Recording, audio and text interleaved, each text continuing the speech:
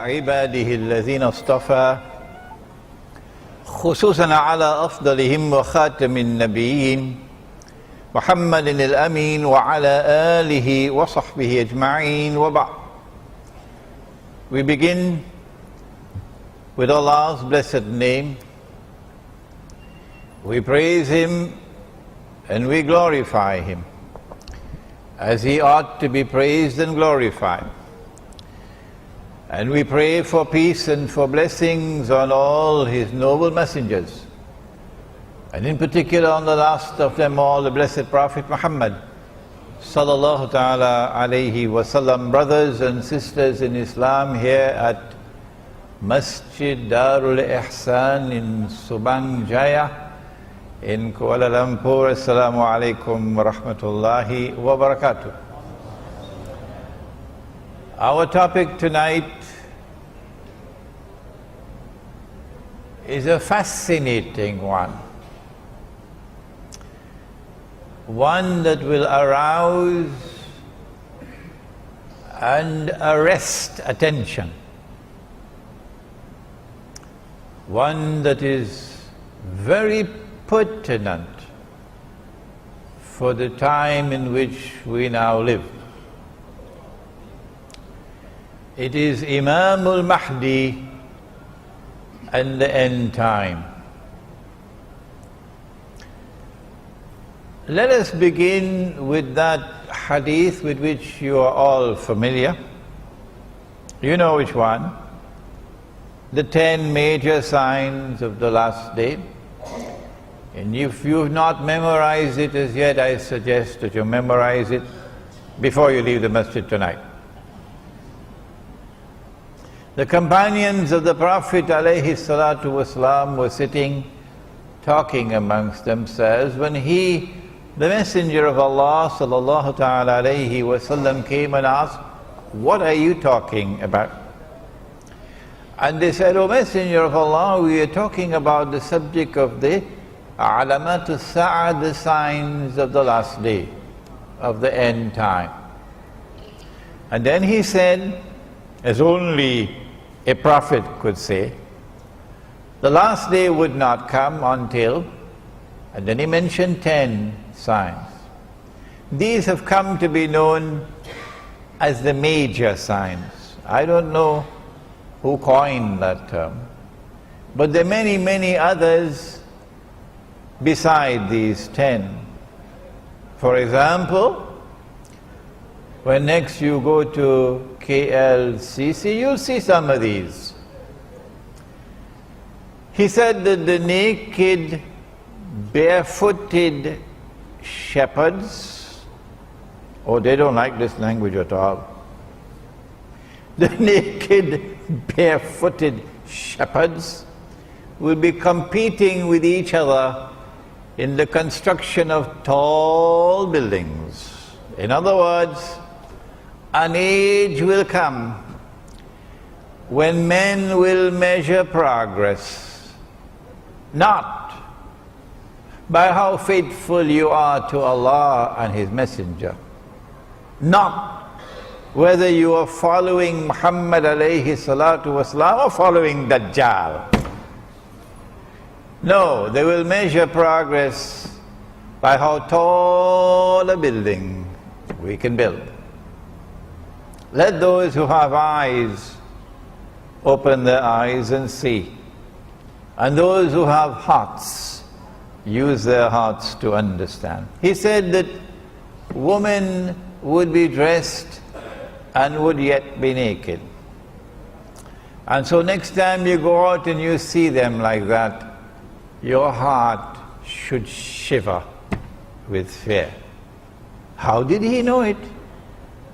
1400 years ago in the desert, a man who never traveled the world, how did he know that an age will come when women will abandon the hijab? How did he know that women would be dressed and yet be naked? And there are so many more.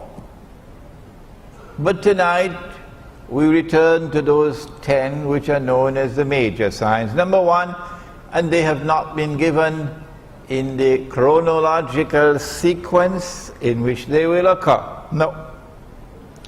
Number one, Dajjal, the false Messiah, Al-Masih al-Dajjal. Number two, Gog and Magog, and I have just written a book on Gog and Magog.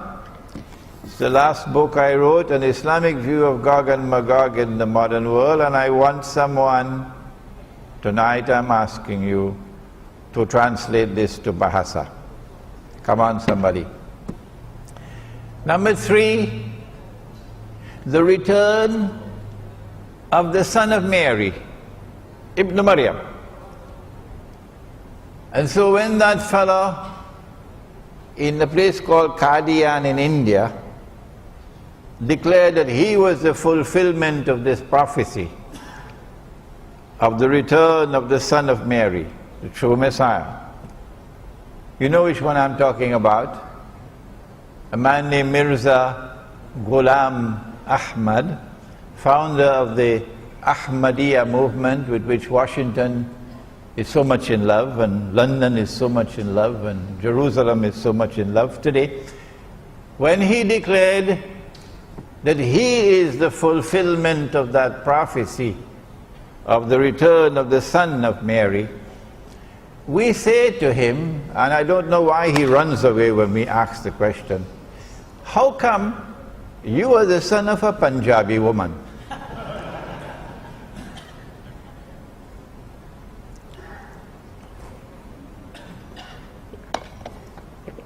Number four, Dukhan, smoke. And if you read this book on Gog and Magog, I have offered an opinion. And let me repeat it one more time. When Imran gives an opinion, never accept that opinion unless and until you are convinced that it is correct. But I have the right to offer an opinion, provided that I recognize that only Allah does not make mistakes. So we say, Allahu A'lam, Allah knows best. That this dukhan or smoke is coming.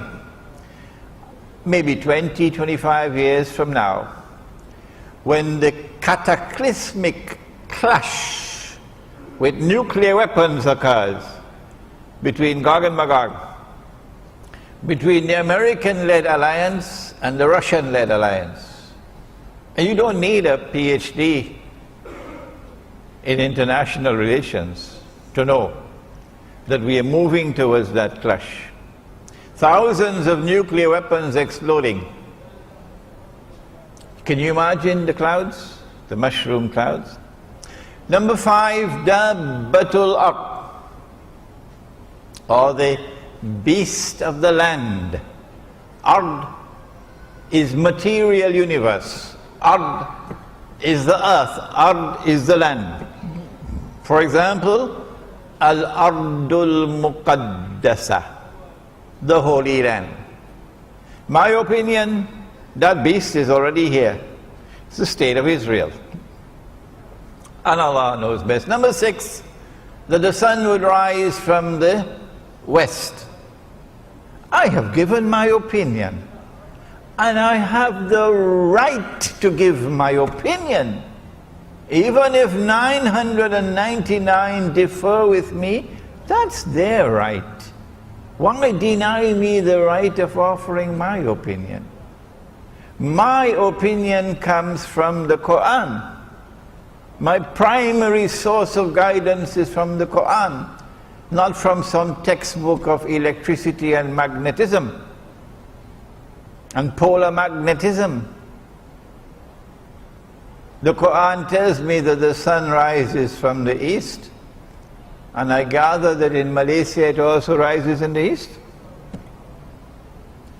And the Quran tells me, لا تبديل لخلق الله, that Allah's creation does not change. And so I have chosen to understand the hadith, not literally, but symbolically. That something is going to happen which would symbolize a false sunrise from the west.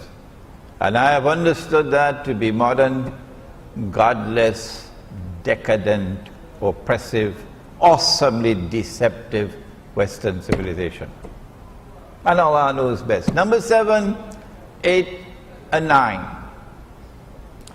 3 earthquakes resulting with movements of the earth, in which the earth sinks down, khas, and swallows what it swallows. One in the east, one in the west, and the third one in Arabia, and the third one is linked with Imam al-Mahdi.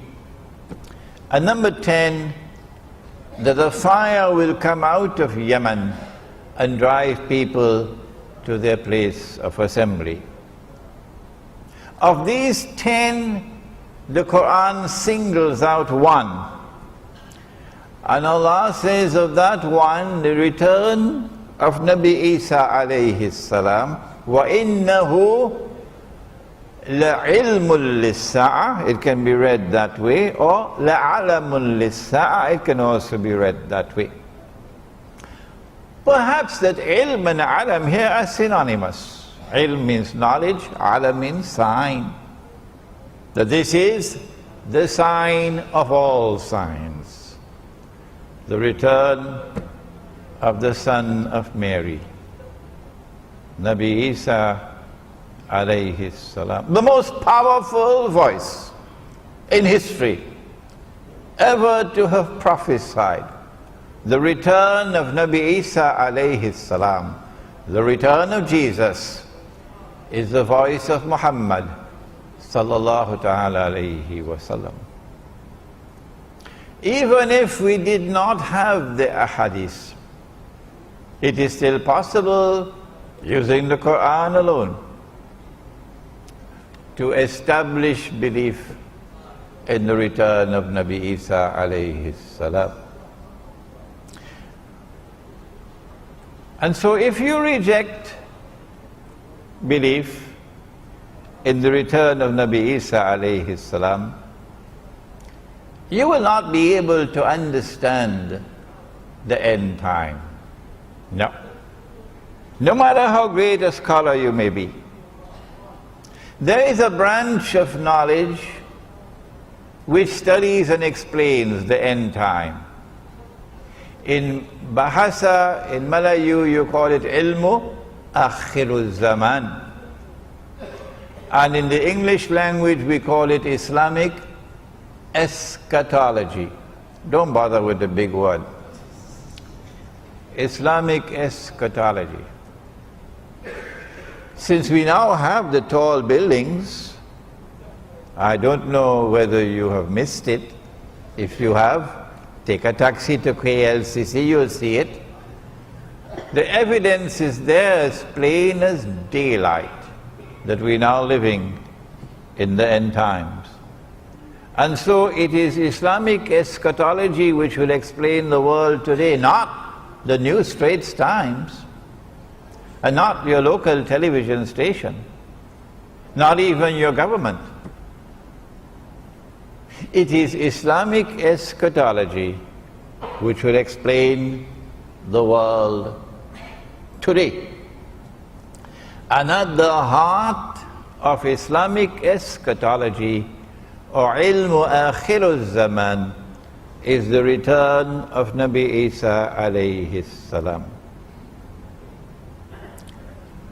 Let me repeat that if you reject belief in the return of Nabi Isa alayhi salam, you can't guide Muslims in this age. No. Because you cannot yourself understand the reality of the world in the end time. We now turn to a hadith in Sahih Bukhari.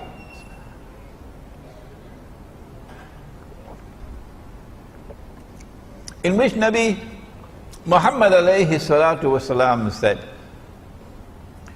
and it is a very short hadith, you can memorize it before you leave the masjid tonight. Kayfa antum? How will you be at that time? Oh, what a wonderful time that would be. إِذَا نَزَلَ عَلَيْكُمْ نُ مَرْيَمَ, when the son of Mary will descend amongst you. Oh, so he's not descending in Rome. Oh no. When the son of Mary descends amongst you, whether they like it or whether they don't, when Jesus comes back, he's coming to us. He's descending amongst Muslims. كيف أنتم إذا نزل عليكم ابن مريم وإمامكم منكم. And at that time, your Imam would be from within your own ranks. He would be a Muslim. And so there is an Imam in the end time. And the advent of that Imam, I'm going to use another big word now. First one was eschatology. The advent of that Imam will be contemporaneous. Long word, huh? Contemporaneous, meaning at the same time with the return of Nabi Isa alayhi salam. The advent of that Imam would be at the same time with the return of Nabi Isa alayhi salam. But he would have to come before. And then after he has come, then Nabi Isa alayhi salam will come. Who is that Imam who will emerge in the end time? And who is an Imam? And what will be the implications of the emergence of an Imam at that time? These are fascinating questions. We have to simply leave Sahih Bukhari and go to Sahih Muslim and we get the answer that Nabi Muhammad alayhi salatu wasalam prophesied that that Imam would be known as Imamul Mahdi, the rightly guided Imam. And we also are told that he is going to be from the seed of Muhammad sallallahu ta'ala alayhi wasallam, from his daughter Fatima radiyallahu ta'ala anha. So he's going to be an Arab. I don't think he can be an Indonesian. Huh? Or Malaysian? He has to be an Arab, eh? Okay. This Imam who will emerge at the time when Nabi Isa alayhi salam is to return is not only from the seed of Nabi Muhammad alayhi salatu wasalam, but we also have a description of his physical features, a broad forehead and a large nose and so on. And we also know something about his functions. That at that time the world will be filled with oppression. Well, It has already come. Modern Western civilization has now been hijacked to deliver to the world more oppression than mankind has ever witnessed. And yet there are those who have eyes and yet cannot see. And their Qibla is in Washington. And they long to get a green card and a US passport. So I say, please go and don't come back. Please go and don't come back. You don't belong to us. You belong to the Jamaat of the oppressors. At that time there will be oppression in the world, all over the world. And this man, will break those chains of oppression and bring justice to the world. So this is going to be a revolution. Revolutionary change to transform a world filled with oppression to a world of justice and of peace. And then the world would experience what Islam has to offer. This would be an Imam who would come at a time of great poverty and destitution in the world. Well, it has already come. All those who stand up to Dajjal are today miserably poor. And all those who are faithfully following Dajjal are living in the comfort zone. That's what the Prophet prophesied. But when the Imam comes, he's going to share wealth to the people. Would it be US dollars? The last thing I heard about the US dollar was that it was in ICU in some hospital. Would it be the French francs or the Malaysian ringgit? Come on, wake up and stop this nonsense. Stop this nonsense. If you did not know it before, maybe tonight you should start to learn. That knowledge may enter into your head. The money that we are now using has come from Dajjal. If you have not studied international monetary economics, come to me and I'll teach it to you. The money that we are now using has come from Dajjal. The paper currencies have come from Dajjal. The electronic money which is taking over from the paper currencies have come from Dajjal. And they are functioning as an instrument, not only for the unjust transfer of wealth from the unsuspecting masses to a global predatory elite, but more than that. They're bringing a system of slavery upon the world, enslaving mankind. And Nabi Muhammad alayhi salatu wasalam prophesied that in the end time there will be slavery. He said a slave woman, you remember? Don't you? He said a slave woman will give birth to her mistress. We have a conference in PWTC on Tuesday and Wednesday. If you could take 2 days off, leave, come join us. There's a flyer outside about the conference. It is on the prohibition of riba in Islam. Nabi Muhammad alayhi salatu wasalam told us that Imam is going to share wealth. Which kind of money? Oh, you know it. I don't have to tell you. It's the money which is in the Quran.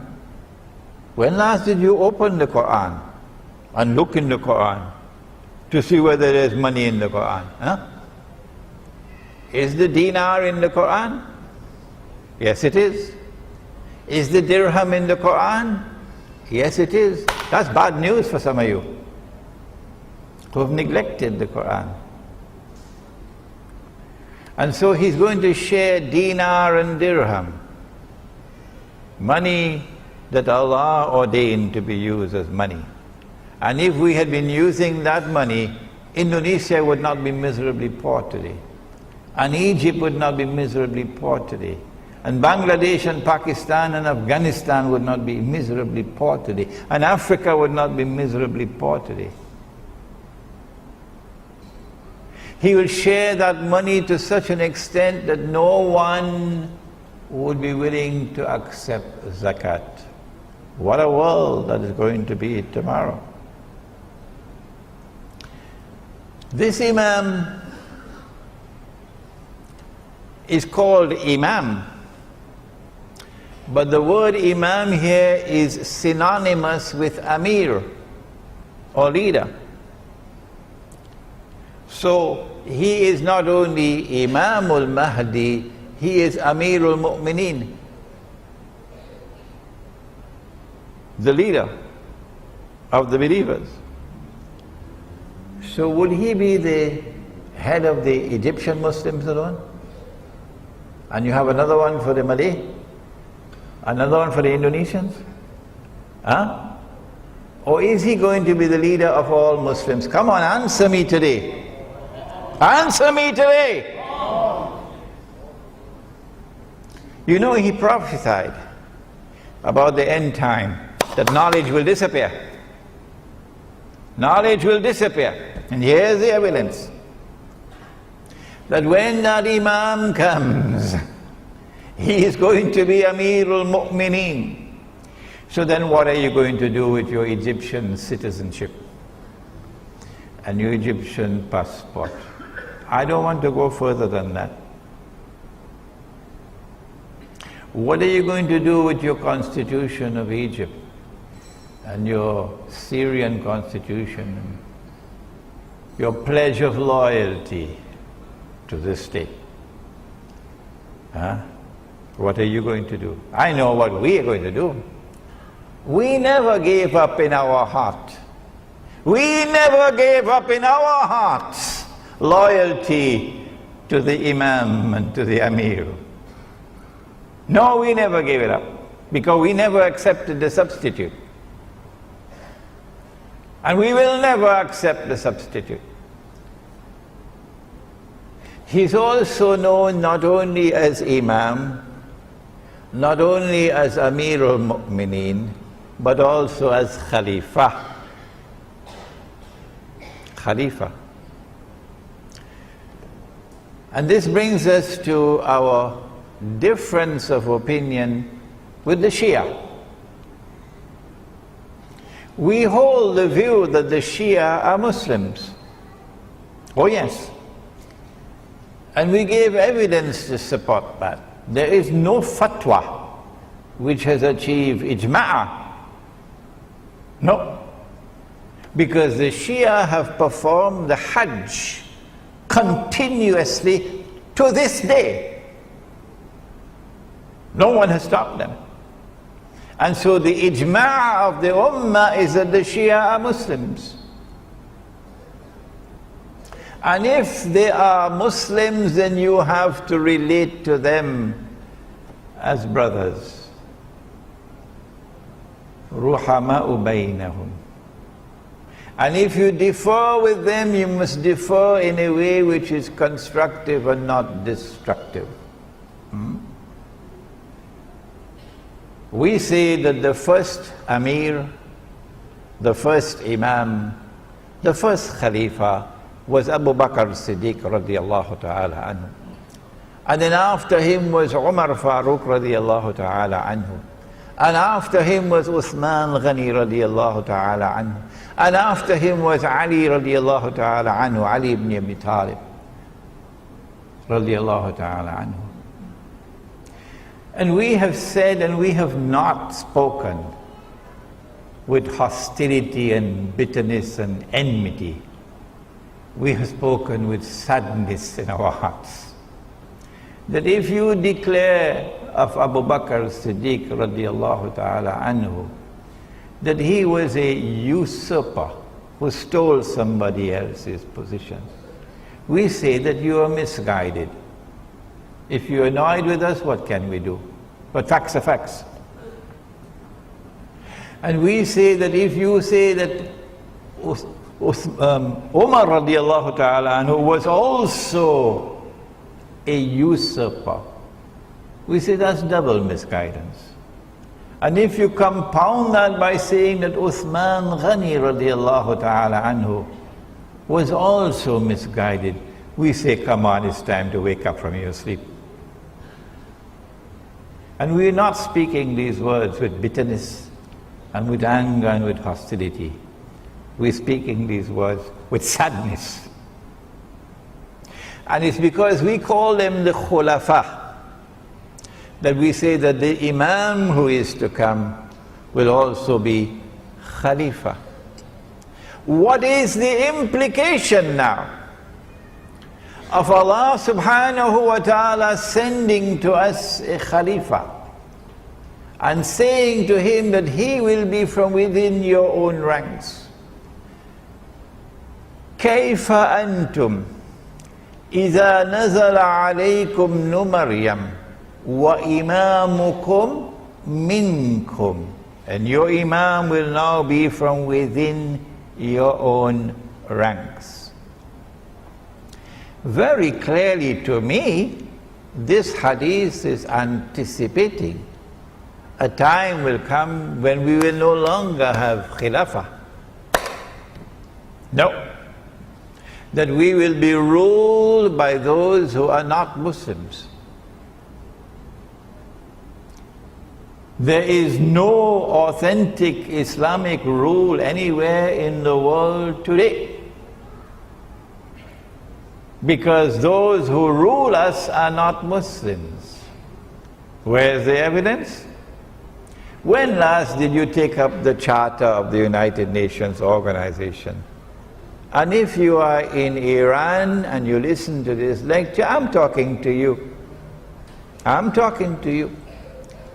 Take up the Charter of the United Nations Organization and open it and read, I believe it is 24 and 25. But I can be mistaken. I've been traveling for 5 months now, so I can make mistakes. It could be 24 and 25 or 25 and 26. Where the Charter of the United Nations says, in effect, that in all matters pertaining to international peace and security, Allah is not Al-Akbar. No. The Security Council of the United Nations is Al-Akbar, meaning there is no authority above it. That is shirk. And so once you are a member of the United Nations Organization, your Amir al-Mu'mineen, your Khalifa, your leader, your ruler, ultimate ruler is the Security Council of the United Nations.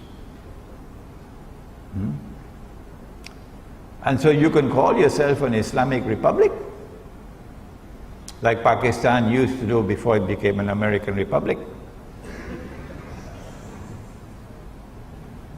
And I don't say this to ridicule the Pakistani people, because I studied in Pakistan and my heart beats with the people of Pakistan who are imprisoned in Pakistan because they don't have the freedom to choose their own leader. Their leader is chosen in Washington by the Zionists. And so a time is going to come when we will be ruled by those who are not from within our own ranks. So you had Amir al-Mu'mineen George Bush. But that's not going to last forever. No. When Imam al-Mahdi comes, that's goodbye to the substitute that they gave us for the Khilafah. Dajjal gave us the modern secular state. And the modern secular state has replaced the Khilafah. And all of mankind, illa masha'Allah, have pledged their allegiance to the modern secular state, loyal to the modern secular state and to its constitution. And as a consequence have said goodbye to Allah and to the Khilafah. But you and I have not done that. In our hearts we are faithful to Allah and to His Messenger. And in our hearts we are faithful to Islam's model of a political state, the Khilafah. And in our hearts we long for that day when the Imam will emerge and the Khilafah will be restored. Is it possible for the Khilafah to be restored before the Imam emerges? There is a hadith in Sahih Muslim that a Khalifa will die and there will be disagreement concerning succession. I think you already guessed who it's going to be. There will be disagreement concerning succession. And then a man will emerge out of Medina. Remember Medina, not Jakarta, Medina. And he will hurry to Mecca. And the people of Mecca will come out to him and urge him and try to force him to accept the bay'ah. No, we have problem here. We have heard this word for years and years and years and years. The word bay'ah has been put in something called the cold storage. So we've got to go to the cold storage now and pull it out. What is this bay'ah? It is the pledge of allegiance which legitimizes the rule of the Khalifa. That is bay'ah, and it is an institution that is located in the Quran and in the Sunnah of Nabi Muhammad alayhi salatu wasalam. When he accepts the bay'ah, at that time he will confirm and proclaim himself to be Imam al-Mahdi.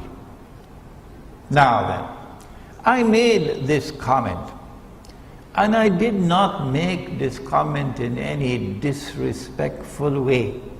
No, I was merely speaking facts. And if Imran is not allowed to speak facts, what should he talk about?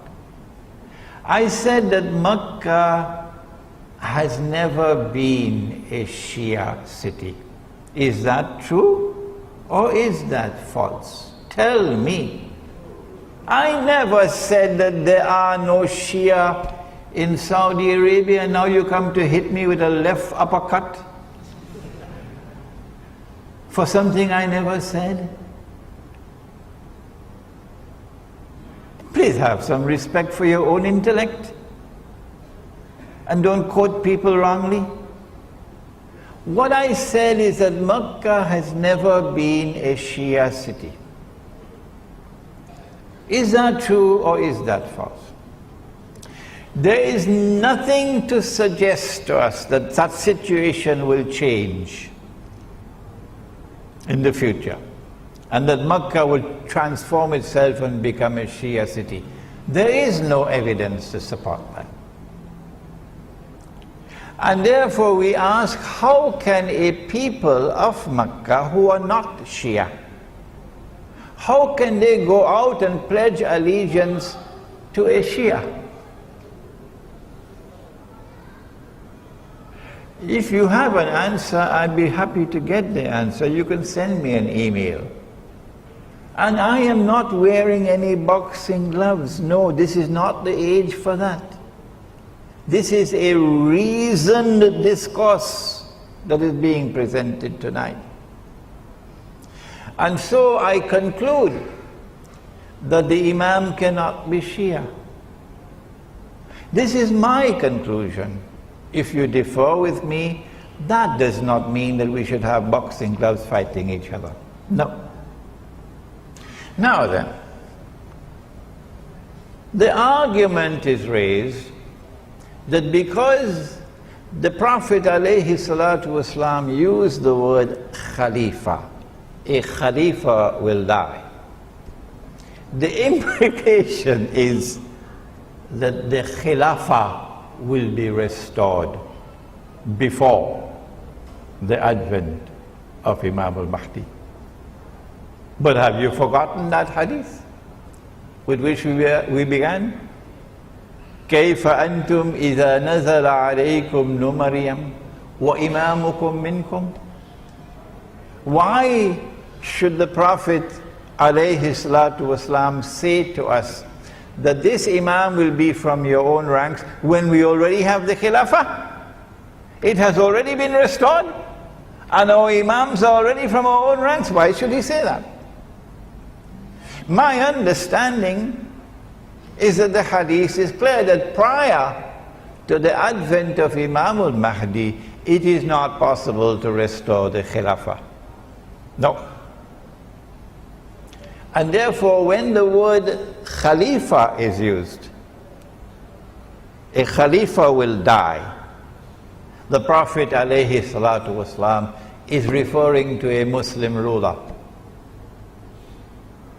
Who could it be? Oh, the answer is clear. It has to be a Saudi king. Because there are 5,000 princes out there waiting, struggling, fighting to take over. And there's already sufficient evidence of internal conflicts and rivalries within the big Saudi clan. So, a Saudi king will die. It can't be Fahad because he's already dead. Would it be Abdullah? I don't think so. And I'll let you know why in a moment. When that Saudi king dies and there is disagreement concerning succession, it is at that time that Allah will send the Imam. Is the Imam born already? This is not arrogance on my part. No. When I say, I don't know and I don't want to know. So please don't send me emails asking me whether the Imam has been born already. What is important is that Allah places a cover and Allah conceals him. And no one knows that he is the Imam until that moment arrives. When the king, the Khalifa dies and there is disagreement and so on, then he proclaims himself to be the Imam.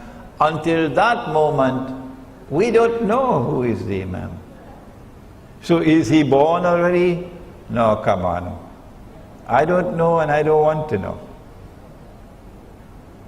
Having disposed of these questions, now what are the implications of the advent of the Imam? The first and major implication of the advent of the Imam is that the substitute that Dajjal had created to replace the Khilafah, that substitute, your modern state, will now return to the garbage bin of history from where it came out in the first place.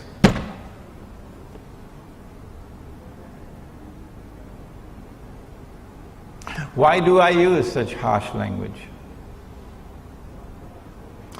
What is the Khilafah state? The Khilafah state is a state established for the first time by Nabi Dawood alayhi salam in the Holy Land, the holy state of Israel, restored in Medina by Nabi Muhammad alayhi salatu wasalam.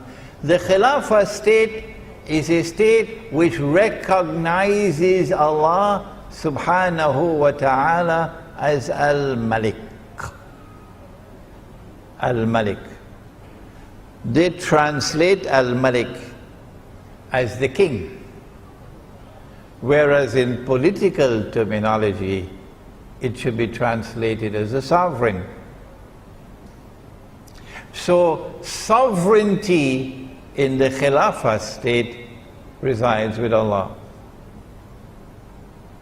The modern secular state which came from Dajjal says no. No. Allah is not Al-Malik. Sovereignty does not reside with Allah. Sovereignty resides with the state. The state is sovereign. The people are sovereign, not the Lord who created them. You don't need a PhD to understand that that is shirk. And that's the one sin that Allah will never forgive. For those of us who just have a few steps left before the grave, it's a wake-up call for us to make tawbah before it's too late. The Khilafah state recognizes Allah's authority as supreme. He is Al-Akbar. The modern secular state says no. The authority of the state is supreme. There is no authority above the state. And the states are all organized under the United Nations organization. And the United Nations organization has as its top the Security Council. And the authority of the Security Council of the United Nations is Al-Akbar, not Allah. Dajjal created that. And instead of worshipping Allah, we are worshipping Dajjal. The Khilafah state says that Allah is Al-Hakam, the supreme lawmaker. His law is the supreme law. And when He says haram, no one can make it halal. And when He says halal, no one can make it haram. And in Surah At-Tawbah, there is a verse of the Quran which declares that to be shirk, to legalize and make legal what Allah has made haram. That is shirk. The modern secular state says no, Allah is not Al-Hakam. Parliament is Al-Hakam. Parliament makes the law. And the law that comes from Parliament and the law that comes from the United Nations is the supreme law. The modern secular state says more than that. If I am wrong, would you kindly correct me? The modern secular state says that Allah can make it haram, but we can make it halal. And everything, or almost everything, because we have not reached New York as yet. In New York, they now legalize the marriage of a man with a man. In New York, they have now legalized the marriage of a man with a man, and yet you want this, you want your green card, to become an American citizen, So go and stay there and never come back. Those are your people, not ours. The modern secular state says Allah can make it haram, but we can legalize it. Shall I give you some examples? Would you be interested? Yes. Did you know that Allah prohibited money being lent on interest? Did you know that? Yes. Huh? You know that? And did you know that Allah has declared war? War on the money lender lending money on interest? Did you know that? And did you know that Nabi Muhammad alayhi salatu wasalam has cursed all four and declared that they are all equally guilty? The one who takes riba, the one who gives riba, the one who records the transaction, and the two witnesses. Did you know that he said that riba is constituted of 70 different parts? Hadith of Ibn Majah. that riba is constituted of 70 different parts, and the smallest part of riba is equivalent to a man marrying his own mother? And do you know what the modern secular state has done? Even in Saudi Arabia, all around the world, they made it halal. Don't believe me? There's something called a bank outside there in Subang Jaya. Go and ask them whether they lend money on interest. Ask them whether it is haram or halal in Malaysia to lend money on interest. Go and ask them. I can go on and on and on and on. This is a substitute for the Khilafah. But let me say something more. In the Khilafah state, so long as we Muslims have control over territory, that territory is designated Darul Islam. Now look at that. That's another term I have to take out of the cold storage. You better keep the lid open for me. Darul Islam. And in Darul Islam, every Muslim has the right to enter. All that you have to do is to declare La ilaha illallah Muhammadur Rasulullah, and you have the right to enter. You don't need a visa. In Darul Islam, every Muslim has the right to enter. You don't need a visa. So Indonesia is 90-something% Muslim. So I go to Indonesia, I present myself before the immigration officer, I raise my hand, say, La ilaha illallah Muhammadur Rasulullah. Immigration officer looks at me. Where has this fellow come from? He says, where is your visa? Show me your visa. La ilaha illallah Muhammadur Rasulullah can't work here. Are you understanding the situation? In Darul Islam, every Muslim has the right to reside. You don't need a PR, it's called, permanent residence, PR. Huh? Very difficult, eh? PR. No. Once you're a Muslim, you have the right to reside. In Darul Islam, every Muslim has the right to seek his livelihood. You don't need a work permit. I told you, he said, that in the end times, knowledge will disappear. This knowledge has disappeared to such an extent that now some people cannot even digest it. They don't agree with it. No. In Darul Islam, every Muslim has the right to participate in the political process. The political process in Islam is called Shura, on the basis of equality with all other Muslims. You don't need citizenship. This is Darul Islam. That substitute has divided us, broken up Darul Islam, and replaced it with something that is very bad. Let me use a soft language. Very bad. Very bad. And so in 1988, when I came to Malaysia for the first time, I was the principal of the Alimia Institute of Islamic Studies in Pakistan. And the Muslim, what is it called? An Islamic organization in England,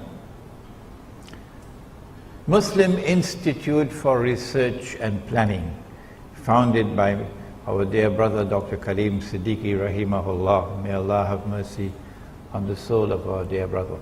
The Muslim Institute in London and Party Islam in Malaysia combined to organize a seminar in Hajj, on Hajj. And I was chosen to come from Pakistan to to be one of the speakers in that seminar. And I said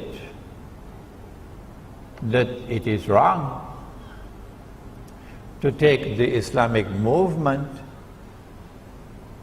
and register it as a political party and fight elections under the constitution of a modern state that has come from Dajjal. Paz was not too happy with me. No. The same thing was done in Pakistan by Maulana Maududi rahimahullah with the Jamaat Islami. The same thing was done in the Arab world, the movement founded by Hassan al-Banna rahimahullah, the Ikhwan al-Muslimun. That you take the Islamic movement, you register it as a political party, and you fight in elections under a constitution of a state created by Dajjal, built on the foundations of Sheikh. That is not the Sunnah. Well then what is the Sunnah and what is the guidance from the Quran? When you studied this book on Gog and Magog, when you studied Ilmu Akhirul Zaman, Islamic Eschatology, and my book entitled Jerusalem in the Quran, most of you probably already read this book. It was written 10 years ago. It qualifies as the textbook on Islamic eschatology, and we now have it in Bahasa. We have it in Bahasa outside. When you study the subject of Ilmu Akhirul Zaman, then you understand that the proper response to Dajjal's money, Dajjal's economy based on riba, Dajjal's political system based on the modern secular state and its shirk, and the Security Council of the United Nations as Al-Akbar, the proper response is to flee from Dajjal. To flee from Dajjal. And to try to restore the micro-khilafah wherever you can. Until the time comes when the macro-khilafah can be restored, when Imam al-Mahdi comes. That micro-khilafah I have described as the Muslim kampung, the Muslim village. And I know that I'm out of Dajjal's reach when I go to a kampung where I cannot use a cell phone. Now I know I'm out of his reach. Over there we will try as best as we can to restore dinar and dirham as money in the market. And we will not use this bogus and fraudulent and utterly haram paper and electronic money. In that kampung we'll try to restore the Amir and the Bay'ah. And we will refuse to give our allegiance to the modern secular state. And we say this is micro-khilafah, waiting for macro-khilafah when Imam al-Mahdi comes. This is not a place where you will be opting out of jihad. Oh no. That the baby boys who are born in this kampung will fight better on the battlefield from Khorasan in the Muslim army that will liberate the Holy Land. The baby boys born in this kampung will fight like lions, much better than yours from KLCC. So the Muslim kampung is not a place to go and sleep. Now then, we come to a very unfortunate event. One of the outstanding scholars of this age, and now my remarks are directed particularly to Pakistan. One of the outstanding Islamic scholars of this age was a man named Dr. Muhammad Iqbal. I recognize him as a great scholar, and I recognize him as a great poet. Unfortunately, my knowledge of the Farsi language and the Urdu language is not good enough to appreciate the beauty of his poetry. But I don't have any problems with his poetry. What the problem that I have is with what he has written in the English language. And I have more than a passing acquaintance with the English language. Dr. Iqbal argued in a book which he published entitled The Reconstruction of Religious Thought in Islam, which most Pakistanis have not read. And those who do try to read it probably give up before they finish 2 or 3 pages, because you need a whole bottle of Tylenol tablets for headache. Iqbal is writing pure philosophy. I have a master's degree in philosophy, and for me it's a headache, so much less for you. I admire the first 2 chapters a lot, because in the first 2 chapters of that book, he takes on Dajjal. You know, the 1 eye and the 2 eyes? The epistemology of the modern West. And Iqbal has delivered the best defense of the epistemology of the Quran that has ever been written. But very few people can understand it.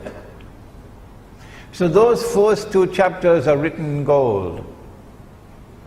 But elsewhere, Iqbal has made this mountain of a mistake in declaring that the modern state, he calls it the Republican state. Actually, it's a secular state. The modern state, he says, can function as a substitute for the Khilafah. That's wrong. And if we say that our teacher made a mistake, we are not disrespecting our teacher. No. He still remains a great scholar. We still respect him. We are not disrespecting him when we say that this Iqbal has made a mountain of a mistake in declaring that the modern secular state with its parliament can be a substitute for the Khilafah. Iqbal then compounded that error by agreeing with Ibn Khaldun that all the ahadith on Imam al-Mahdi are all fabricated. Now don't come and tell me what Iqbal has said in Urdu poetry. No, don't come and tell me that. I know what he said in Urdu poetry. We're talking about what he said in English. And the impact of Iqbal's thought on the Pakistani intelligentsia. Iqbal does not believe in the return of Nabi Isa alayhi salam. No. Iqbal does not believe in Dajjal. No. I ask you, how can you beat the drums of Iqbal in Pakistan today to extricate Pakistan from the mess in which it is? He is not the answer. Yes, there is much we can learn from him. Yes, Iqbal can inspire our people with his Urdu verse. But Iqbal in English is not the guide to take the Pakistani people out of the awesome predicament in which they are. And so I wrote this book, Iqbal and Pakistan's Moment of Truth. I want the cameras to capture it. because tonight in Masjid Al-Ihsan in Subang Jaya, we are launching this book for the first time. It is only 84 pages, so you could finish it in one weekend. And in this book, I have attempted very respectfully, how many times am I to repeat it? I have attempted very respectfully to critically assess the thought of a great scholar and to point out errors which he has made, while yet respecting him as a great scholar. Now then, when Imam al-Mahdi emerges, at that time, the Gog and Magog war will take place. This book explains it. An Islamic view of Gog and Magog in the modern world, and one person will have to come forward and volunteer to translate it to Bahasa, inshallah. At that time, the clash takes place between the American-led alliance, the Russian-led alliance. The nuclear war takes place with thousands of nuclear weapons exploding. I think that will be the moment when this verse of Suratul Isra will be fulfilled. Suratul Isra, where Allah subhanahu wa ta'ala gives the warning, وَإِن مِّن قَرْيَةٍ إِلَّا نَحْنُ مُهْلِكُوهَا قَبْلَ يَوْمِ الْقِيَامَةِ أَوْ مُعَذِّبُوهَا عَذَابًا شَدِيدًا كَانَ ذَلِكَ فِي الْكِتَابِ مَسْطُورًا. It is as though you're hearing the verse for the first time, because you've never heard the verse in the context in which it's being given now. And not a single city will escape. None. They will all be destroyed, says Allah. All. And those which escape destruction will be punished with terrible punishment. And this is a matter inscribed in the Kitab. Maybe that if you're out of electronic range, you know, the cell phone, you will not be incinerated. This is the end of modern Western civilization dominance over the world. Maybe another 20, 25 years, that's all we have to endure. This is the end of the modern secular state and all the patriotism it demands of us. And this is the time when Darul Islam will be restored, whether they like it or whether they don't. This is the time when the Khilafah will be restored. This is the time when Imam al-Mahdi will rule over us. The Shia who follow him at that time are our brothers. The Sunni who follow him at that time, I don't think there'll be many Sunnis following him. They will say, he's a terrorist. Our brothers. And so Shia and Sunni, both following the Imam, will constitute the Ummah of Nabi Muhammad alayhi salatu wasalam. When will that happen? How much time is there left? Let us attend to this and we'll then end the lecture. Imam al-Mahdi cannot emerge until Allah ordains that he must emerge. So no government has charge over this. When will Allah ordain that he must emerge? Because as soon as he emerges, he's going to head for Makkah and he's going to proclaim himself the Imam. An army will then march against him from Sham. And that army, as it crosses Medina, going south to Mecca, will be swallowed by the third khas. One in the east, one in the west, one in Arabia. When that army is swallowed by the earth, that is the validation That is the conclusive validation that this man is indeed the Imam. Not eclipses in the sky, the sinking of the earth. When that army sinks down into the earth and is swallowed, then the Abdal from Sham and Iraq will come to the Imam to offer bay'ah.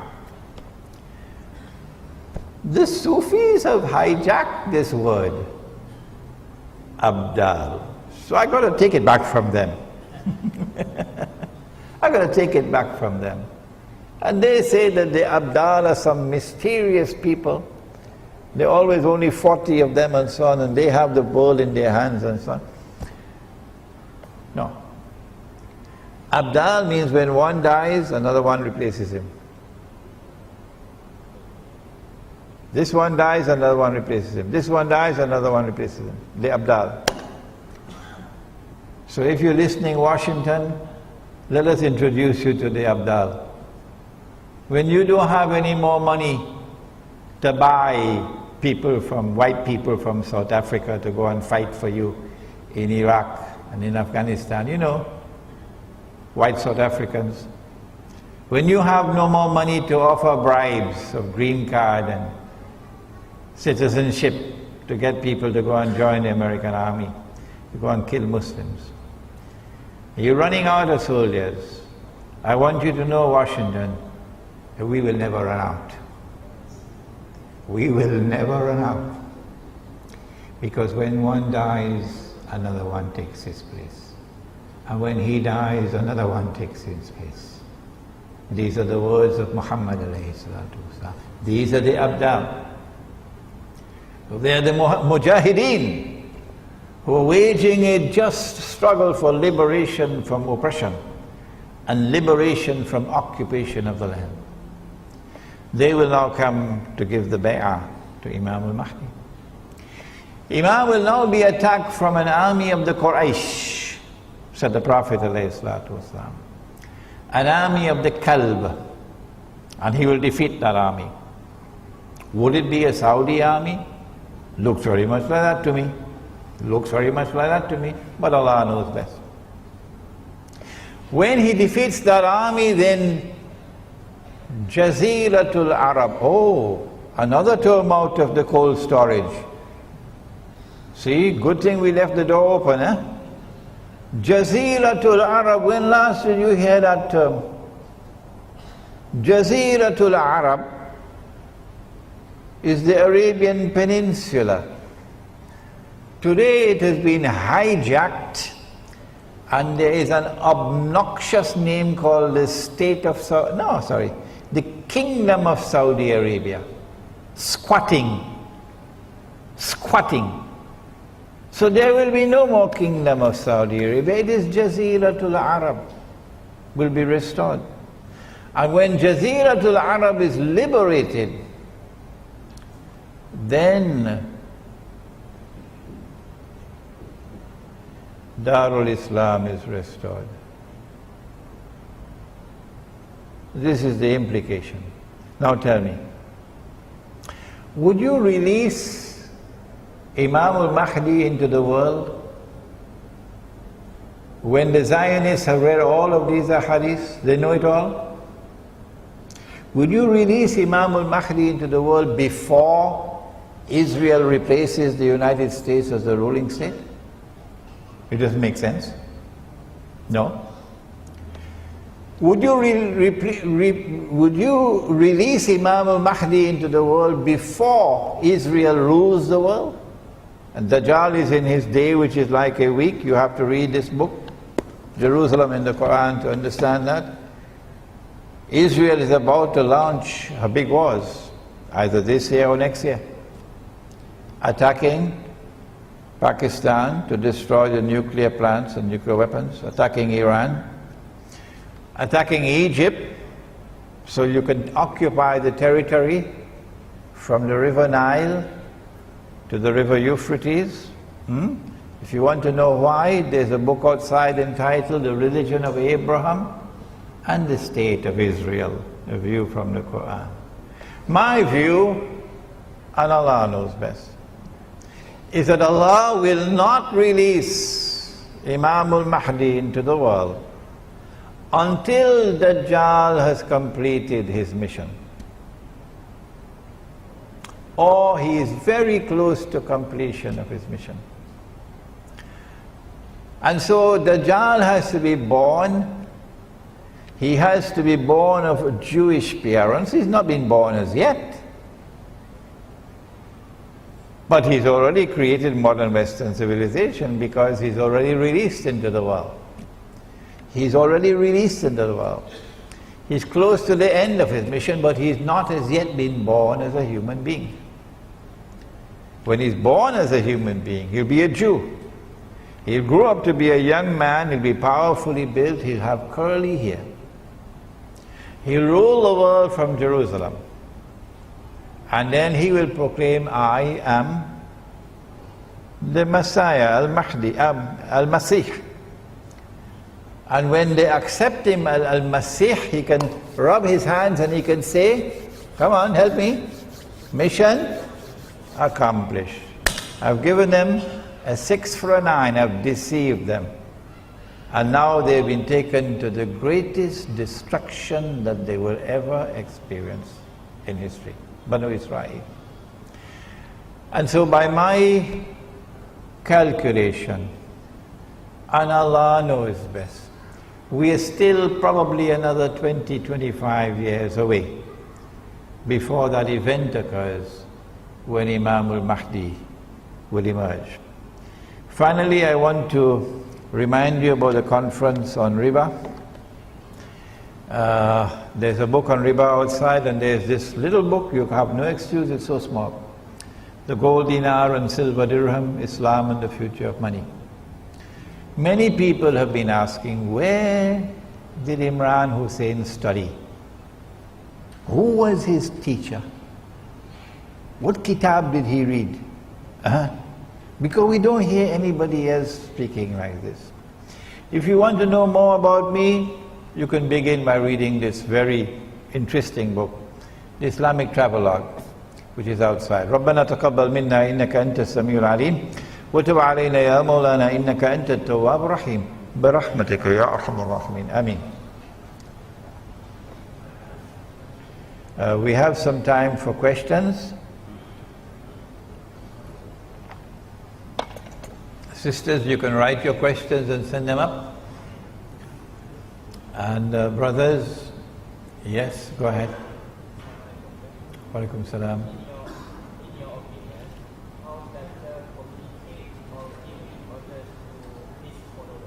The question is, in my opinion, how does Dajjal communicate and give orders to his followers?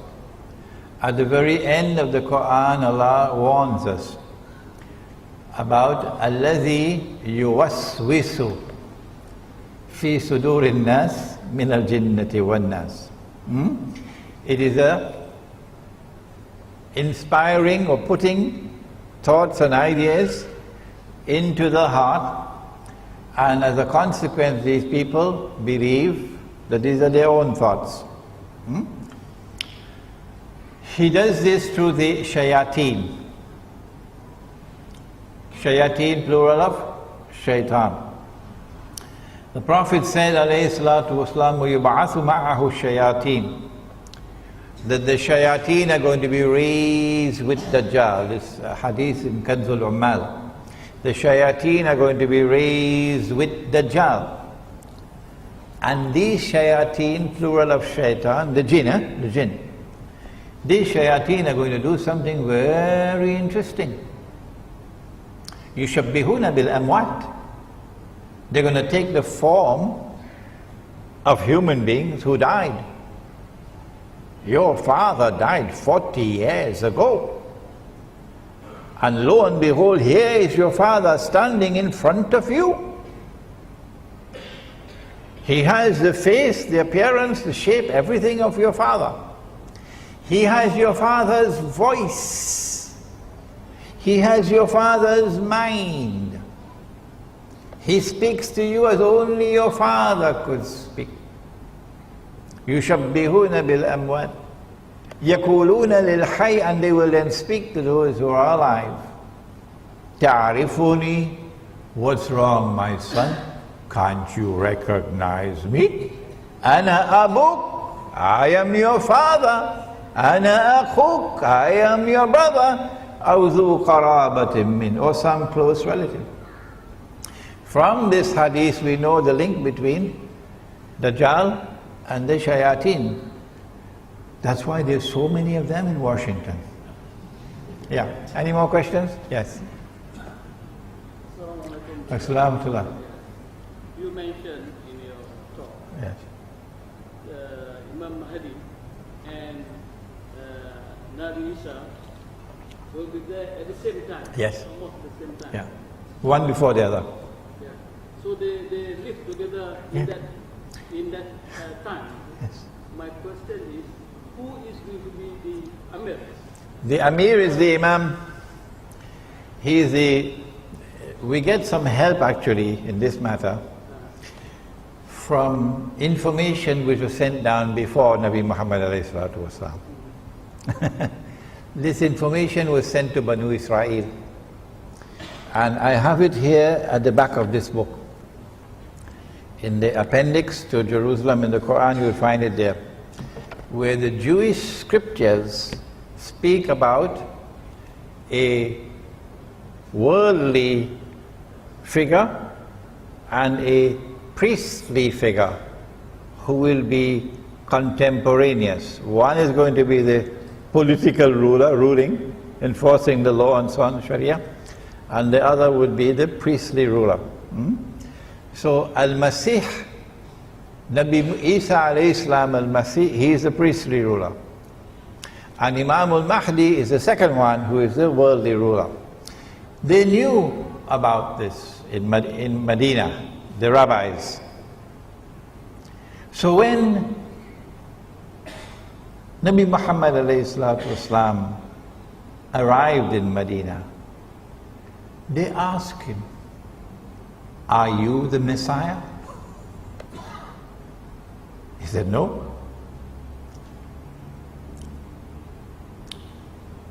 "Are you that other one?" The other one meaning the one who will come, who will be the political ruler, the ruler of the world. He said, "No." "Who are you?" "We want to know, who are you?" Because they were expecting a prophet to come who would be, they were thinking, would be the Messiah. So the answer to your question is that Imam al-Mahdi would be Khalifa. And Nabi Isa alayhi salam would be Nabi. Yes. Islam. Oh, I forgot I should have mentioned the question. The question that he asked was, since Nabi Isa alayhi salam, Jesus, and Imam al-Mahdi are at the same time, who is going to rule? That was his question. Yes, go ahead. You mentioned that the Dajjal will be born as a Jew, brought to rule to us. Can you give a hadith from the Prophet that mentions that? At the same time, how do you explain the story of Tamim al-Dari when he became a Muslim and came to the Prophet and he said that his ship were landing on an island and they met actually with the Dajjal? It's 9:25. I'm going to take another 10-15 minutes to answer you. I have devoted some of this book to that subject. He's asking about the hadith of Tamim al-Dari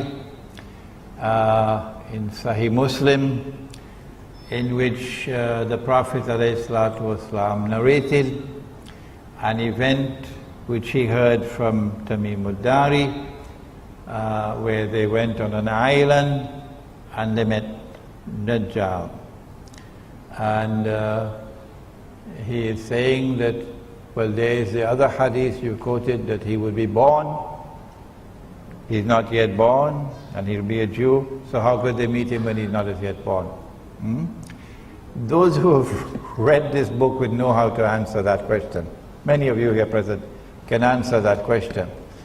When Dajjal is released, he will live on earth for 40 days.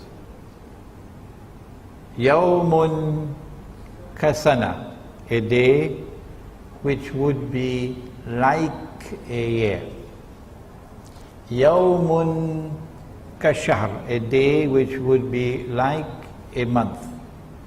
Yawmun kajum'a, a day which would be like a week.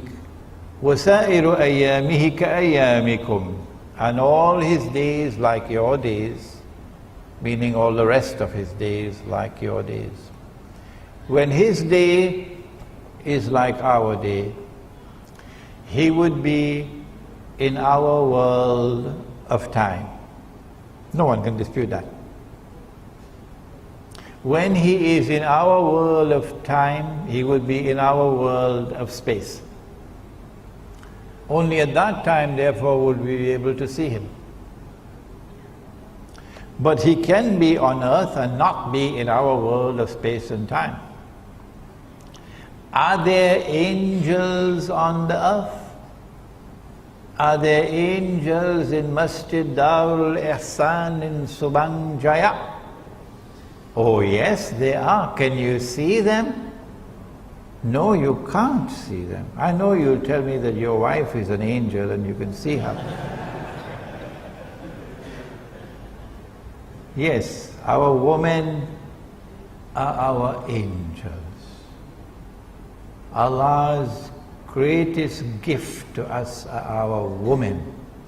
We must honor them, we must respect them, we must treat them like angels.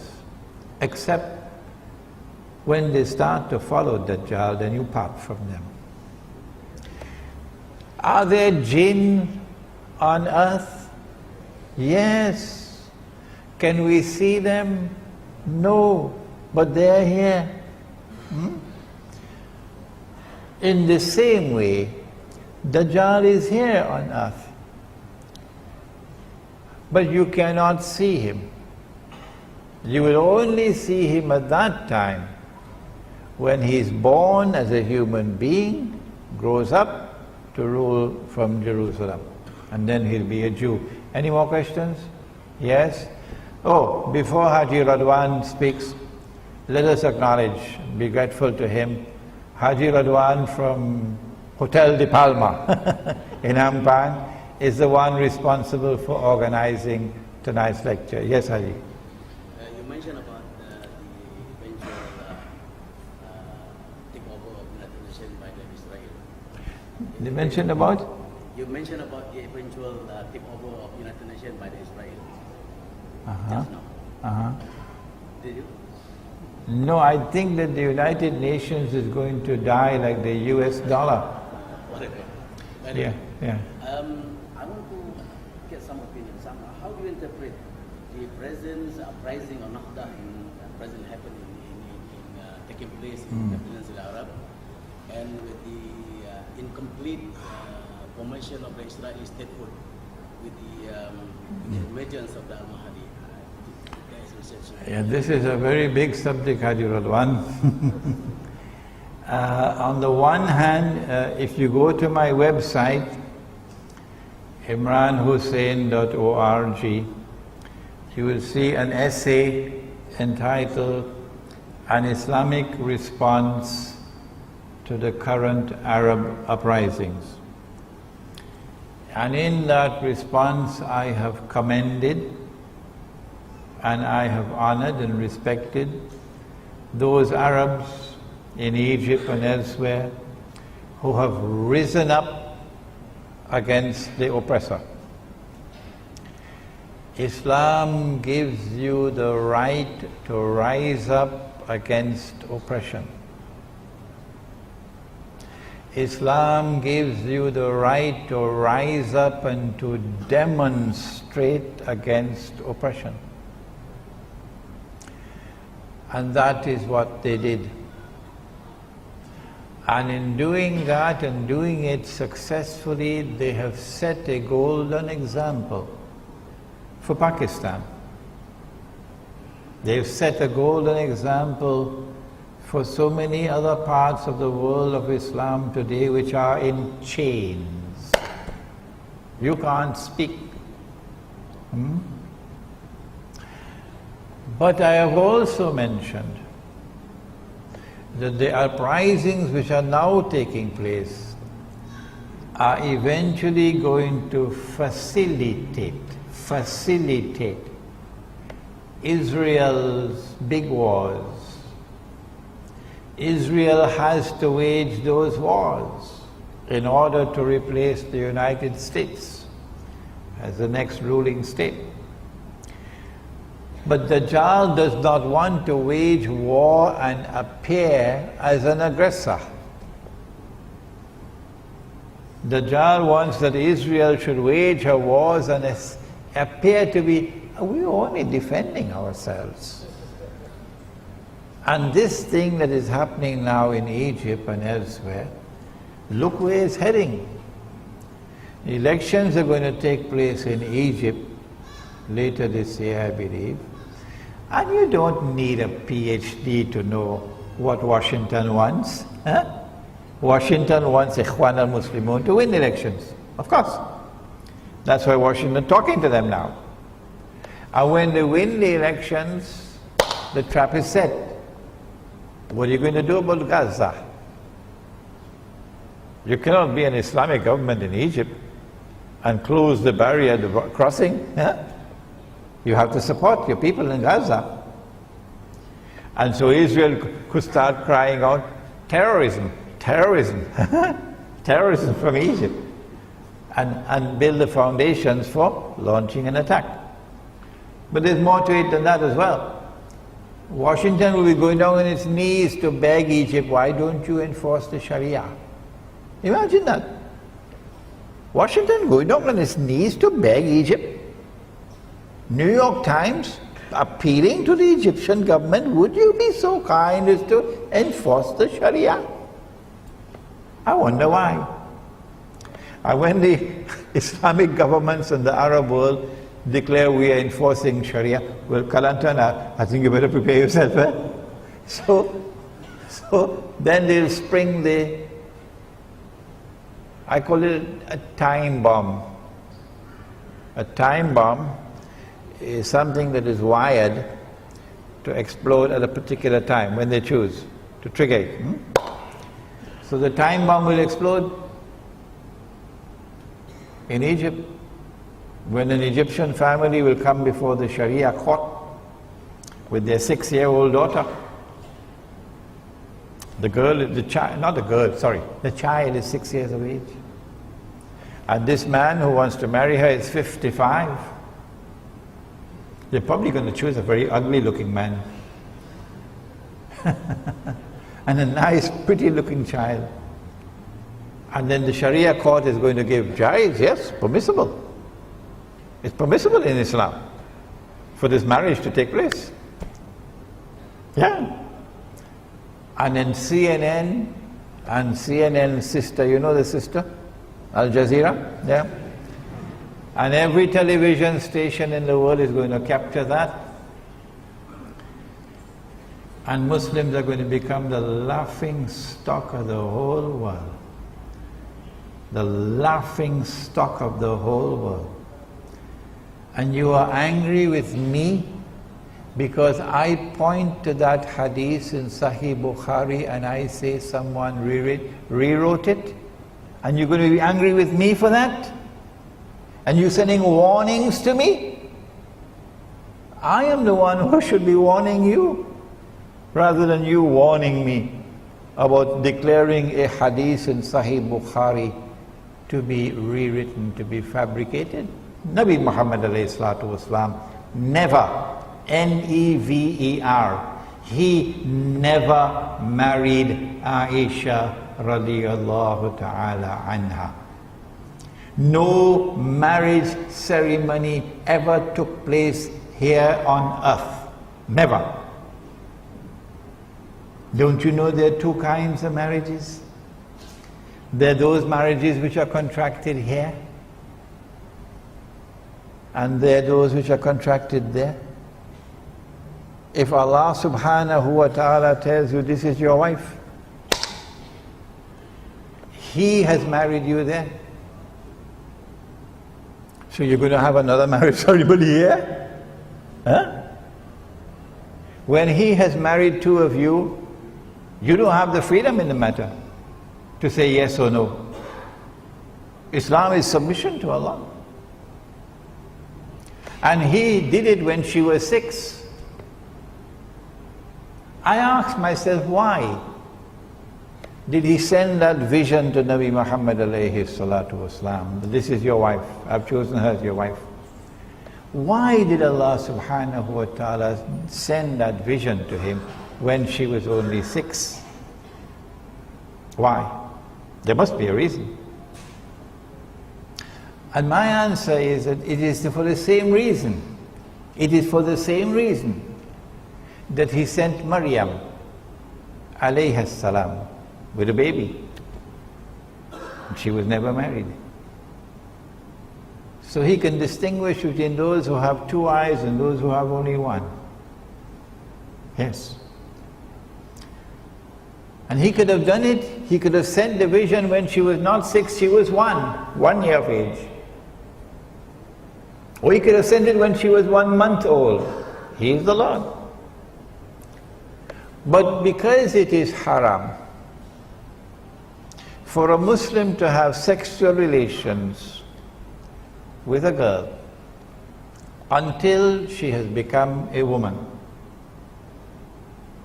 And I have the verses of the Quran to prove it, but I would prefer not to use those verses in this public gathering. It's my choice. I prefer to do it in private. It is haram to have sexual relations with a girl before she has become a woman. Is there anyone who wants to challenge me? When will she become a woman in the context of the Quran and the law of marriage? In this context, not Dajjal. Dajjal, she becomes a woman when she's 25. That's Dajjal. Huh? But in the Quran, when she has reached the age of puberty, when she can now herself become pregnant and make a baby, she's no longer a child. She's now a woman. So she had to remain in her mother's home until that time. And when that time came, then she went to join her husband's household. Do you have a problem with that, Dajjal? What's wrong with this? Huh? This is what happened. So the hadith, when it says that he married her when she was 6, is false. It's false. He never married her when she was 6. He never married her at all. Never. It is Allah who informed him, this is your wife. He had no choice in the matter. But when the Sharia court in Egypt declares it's jaiz for a 55-year-old man to have a marriage ceremony with a 6-year-old girl, the Australian government is going to have a lot of problems. You know why? Every pedophile in Australia will want to become a Muslim.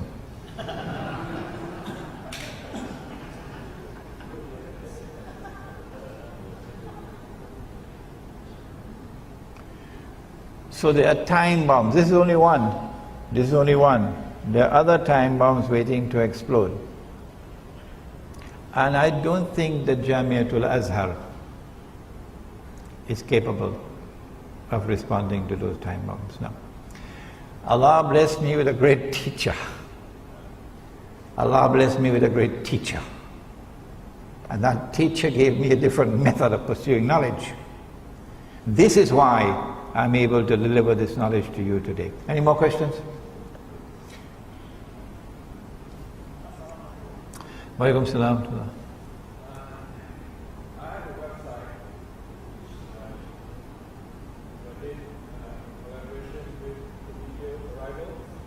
You have a website in which you are collaborating with the arrivals, yeah? Basically explains as to how the extent of Dajjal, since Okay. Your website explains Dajjal and the process of colonization, yeah?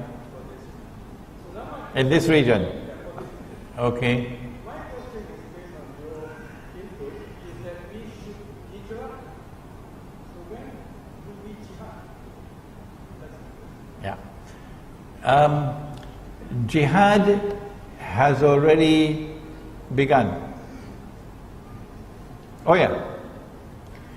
The armed struggle for liberation from oppression and occupation in Iraq, in Afghanistan, is the jihad which has already commenced. We don't need any fatwa declaring jihad.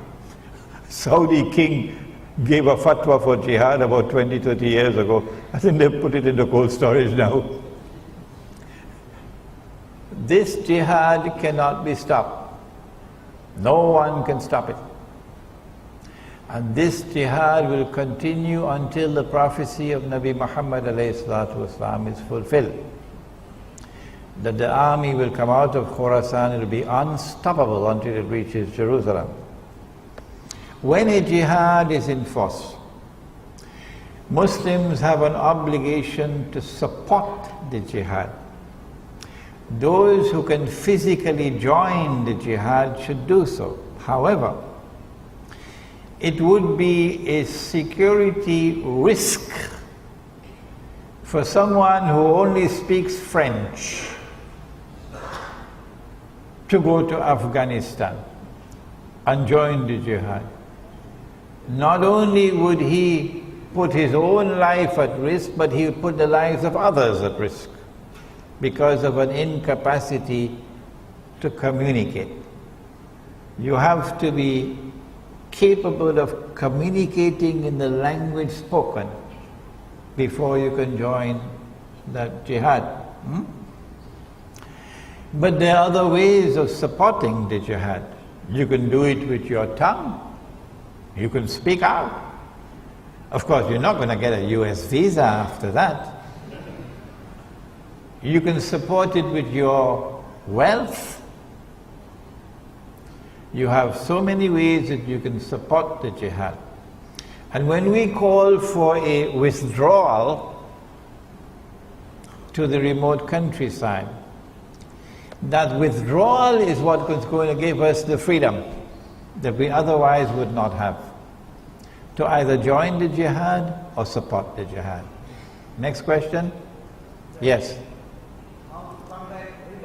How to combat riba? Number one, you have to study the subject. So I hope to see you at PWTC on Tuesday morning. The flyers are outside. They put me on as the first speaker. I'm answering you. There are two forms of riba that must be recognized. One is the lending of money on interest, and the other would be a transaction based on deception which delivers a gain or a profit to which one is not justly entitled. That's the elegant way of describing a rip-off. A rip-off. So this is riba and that is riba. The greatest rip-off that has ever occurred in human history is the rip-off of the monetary system that we now have, of bogus and fraudulent and utterly haram paper currencies and the electronic currency which is now taking over from the paper currency. What do you do? Answer: when you have abandoned the Quran and Sunnah, make tawbah and return to the Quran and Sunnah, meaning return to the dinar and dirham. Do you know that Israel tomorrow, Israel is going to mint, in fact I think they've already minted the gold dinars and silver dirhams, Israel. And tomorrow Israel is going to be using this money. Do you know that? Why would Israel have to do it? If you study ilmu akhirul zaman, you can answer these questions. Because every Jew knows that only that money can be used in the temple, which does not have any human figure on it. The Roman coins at the time of Nabi Isa alayhi salam were haram to be used in the temple because they had graven images which were haram. And so the temple at the time of Nabi Isa alayhi salam used to mint its own coins, gold and silver. And when the people came to the temple, if they wanted an animal to be zabiha, sacrificed, you got to pay for it.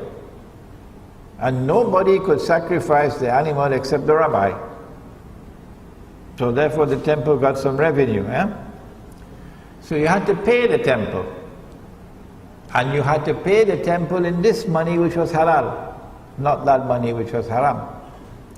So when Dajjal stands up in Jerusalem tomorrow, and he has not brought back that halal money, no Jew will accept him as the Messiah. Which is why I believe that Israel has already minted her gold coins and silver coins, so that these can be introduced before Dajjal makes his appearance. So that's the first thing you can do. Bring back the gold dinar and silver dirham as money. Can you do it in downtown KLCC? I'm not stopping you. You want to try, go ahead. It is my opinion, based on my study of Suratul Kahfi of the Quran. Now let me use the proper Arabic. Suratul Kahf of the Quran. That the only place that you can bring back the dinar and dirham as money in the market is in the remote countryside. And in those micro markets, we will not accept your paper money. No. Insofar as money being lent on interest is concerned, make tawbah if you have borrowed money on interest to buy your car or to buy your house. Make tawbah.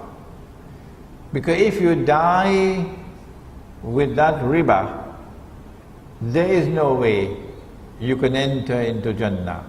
Why?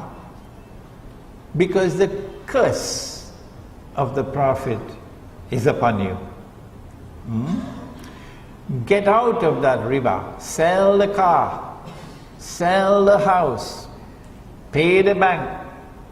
When you try to do that, then you'll know what kind of snake there is in the bank. Yeah. And make tawbah and never again borrow or lend money on interest. Any more questions, or shall we stop now? 1, 2 more and then we finish, okay? 1, 2 and we finish, that's it.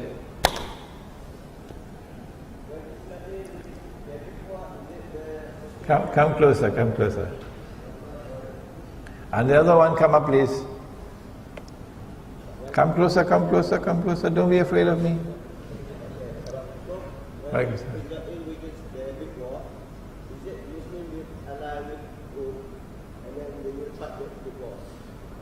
Okay.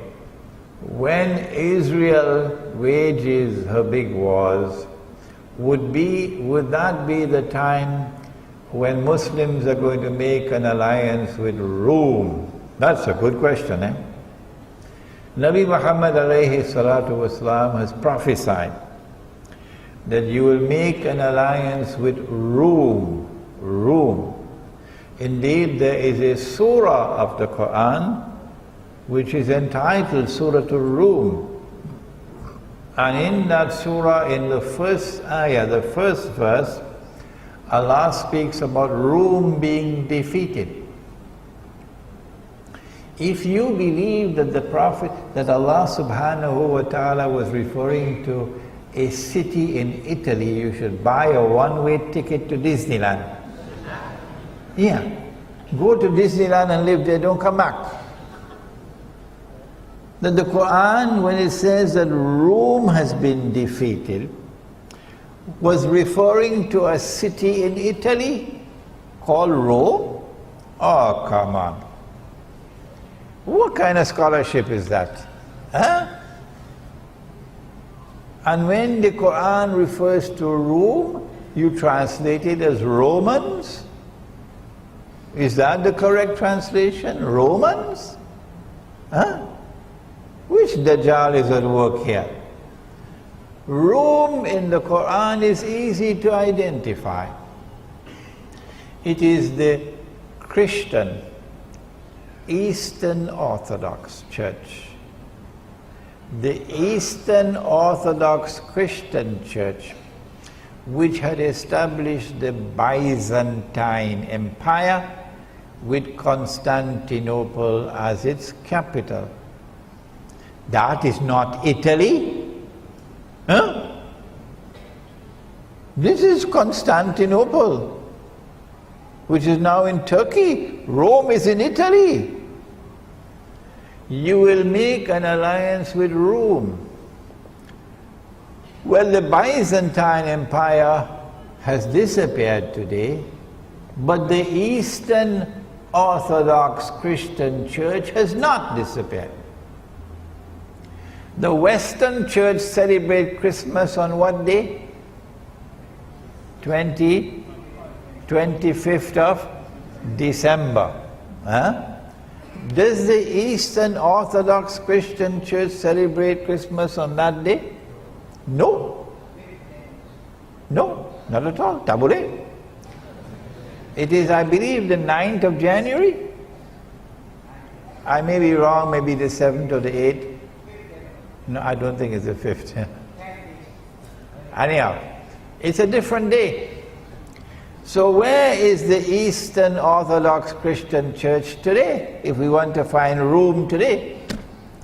Answer, the headquarters is now in Russia. If I am wrong, I invite you to correct me. And so when the Prophet ﷺ said, you will make an alliance with Rome, my answer is, it's going to be an alliance with Russia. If you have a different answer, don't send me an email. Publish your answer, please. Don't send me an email. Publish it and give the proof that Imran Hosein is wrong. I really have difficulties with all the people trying to correct me now with emails. Yes. Next question.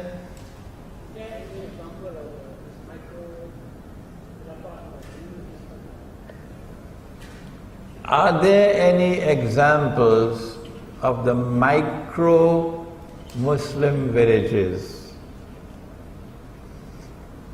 There are lots of villages in the Muslim world. There are lots of kampung in Malaysia. If you don't believe me, wait for Hari Raya and try to drive on the road. Huh? You'll get the evidence. Hari Raya, for those who are listening to the lecture, is Eid al-Fitr, Hari Raya. So what you do is you go to a kampung, go to a village. Don't try to create a new village. No. Go to a village.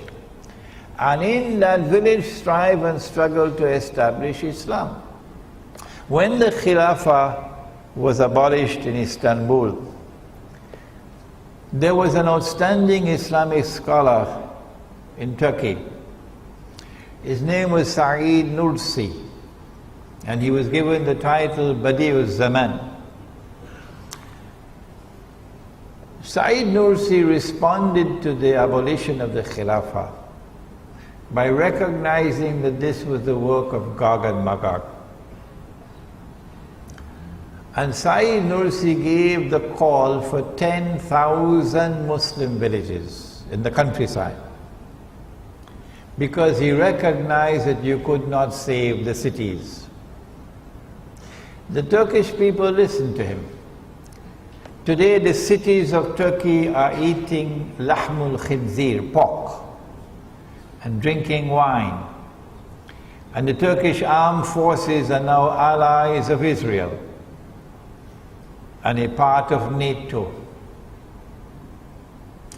But the Turkish countryside, because of the foresight of Sayyid Nursi, has remained firmly Muslim. Firmly Muslim.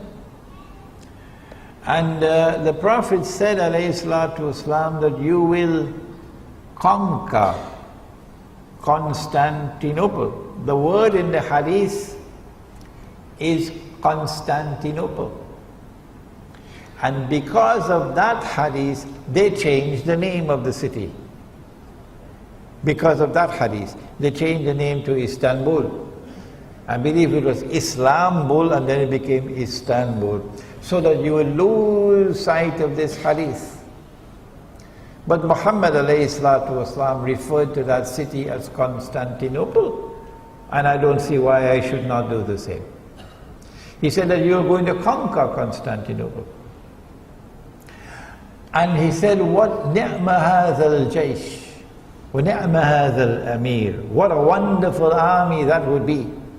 And what a wonderful Amir of that army is going to be. When Nabi Muhammad alayhi salatu wasalam made prophecies and predictions of future events, they nearly always pertain to Akhirul Zaman. And so I have come to the conclusion, and Allah knows best, that this hadith prophesying the conquest of Constantinople is a conquest that will occur in Akhirul Zaman. And the purpose of this conquest is to extricate Constantinople from the control of NATO. NATO's control. When that happens, then the Straits, the Bosphorus, will no longer be under NATO control. Then the Russian Navy, with their nuclear-powered submarines, can now leave the Black Sea, pass through the Bosphorus, and enter the Mediterranean Sea. And when that happens, well, Israel, you better watch out. I think that's all the questions? No more. What is your website? malayuberaja.org. Okay. ربنا تقبل منا إنك أنت السميع العليم وتب علينا يا مولانا إنك أنت التواب الرحيم برحمتك يا أرحم الراحمين. After the salat, those of you who would like me to autograph your books can bring them to me, inshallah. إلهي لست للفردوس أعلى ولا أقوى على نار الجحيم الله فهب لي توبة واغفر ذنوبي فإنك غافر الذنب العظيم إلهي لست للفردوس أعلى ولا أقوى على نار الجحيم الله فهب لي توبة واغفر ذنوبي فإنك غافر الذنب العظيم Tuhanku, aku tidak layak untuk syurgamu, tetapi aku tidak pula sanggup menanggung siksa nerakamu. dari itu kurniakanlah ampunan kepadaku, ampunkanlah dosaku. Sesungguhnya Engkaulah pengampun dosa-dosa besar.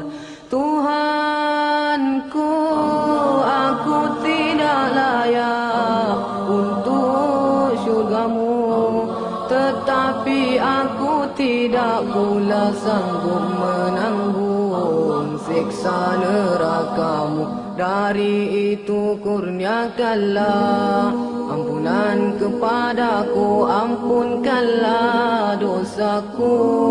Sesungguhnya Engkaulah pengampun dosa-dosa besar. Ilahi lasturil firdausi a'la wala aqwa ala naril jahim. Allah fahabli taubatan waghfir dhunubi fa innaka ghafir